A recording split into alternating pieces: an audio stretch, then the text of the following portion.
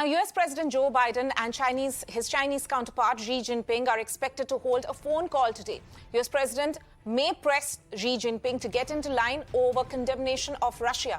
So far, Beijing has refused to condemn Moscow, and Washington fears that the Chinese could switch to full financial and even military support for Russia that could soften the blow of economic sanctions by Western countries. Secretary of State of the US, Antony Blinken, has said that Biden will make it clear that China will bear responsibility for any actions it takes to support Russia's aggression, and that the US will not hesitate to impose costs.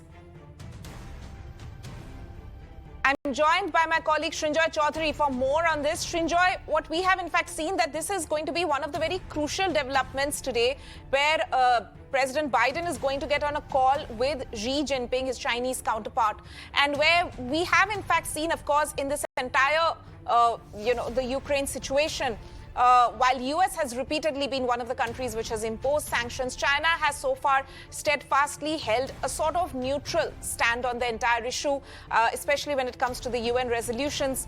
But today's call is going to be important because, again, it's going to be a sort of veiled warning given by the US to China.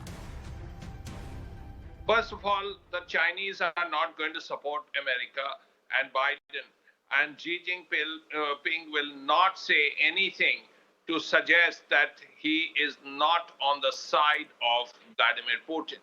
That's the given.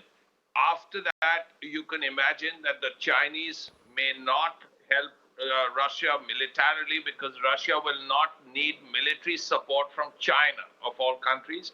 But what China will do is economically support Russia if it comes to buying Russian natural gas, if it comes to buying Russian petroleum. That will not be a problem. China may also supply Russia with goods, with consumer goods and so on, in exchange for petroleum and natural gas. That is a given, because if the West is going to reduce the demand, Russian demand for natural gas and petroleum, then very clearly China is in a position to step in, and in all probability will do so. About that, there is no doubt. The Chinese are very unhappy with the way that the Chinese think they are being cornered by America through the AUKUS, through the Quad, and a variety of other ways. So as a result, you do not expect any kind of criticism of Russia beyond what has been said by China about ending the war and so on and being neutral.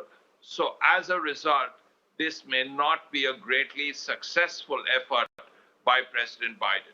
Right. Srinjoy, just to understand a little bit further, so far though we have in fact seen, at least as far as the UN meetings are concerned, as I said, that neutral stand by China, but they have also not really so far openly helped out in terms of military or otherwise financial aid either, though, as we know, if you could just take our viewers through the kind of history that China and Russia shares.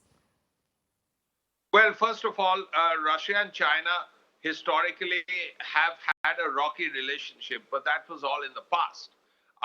The important thing is, vis-a-vis even India, when the 1962 war happened, Russia was almost studiously neutral.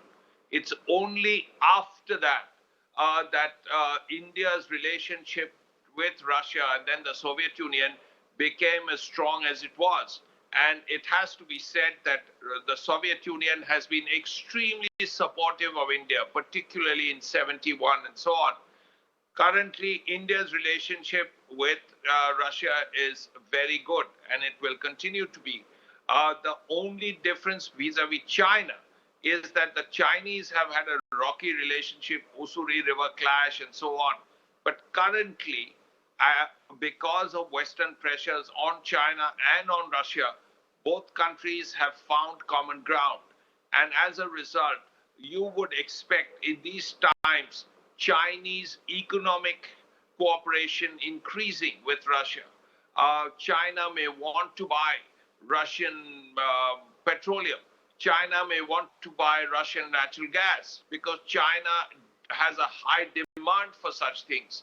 Russia to sell that, and that cannot be sold so much to the West anymore. It will go to China. That's the first thing. The second thing is if Russia needs consumer goods, if Russia needs economic, since SWIFT has closed down and all that, China could well step in. That could well be a possibility in the near future. Right, Srinjoy, thank you so much for giving us a comprehensive understanding of the China-Russia dynamics and also, of course, that key call between Biden and Xi Jinping likely to take place today and what to expect out of it. Thank you so much for joining us with that.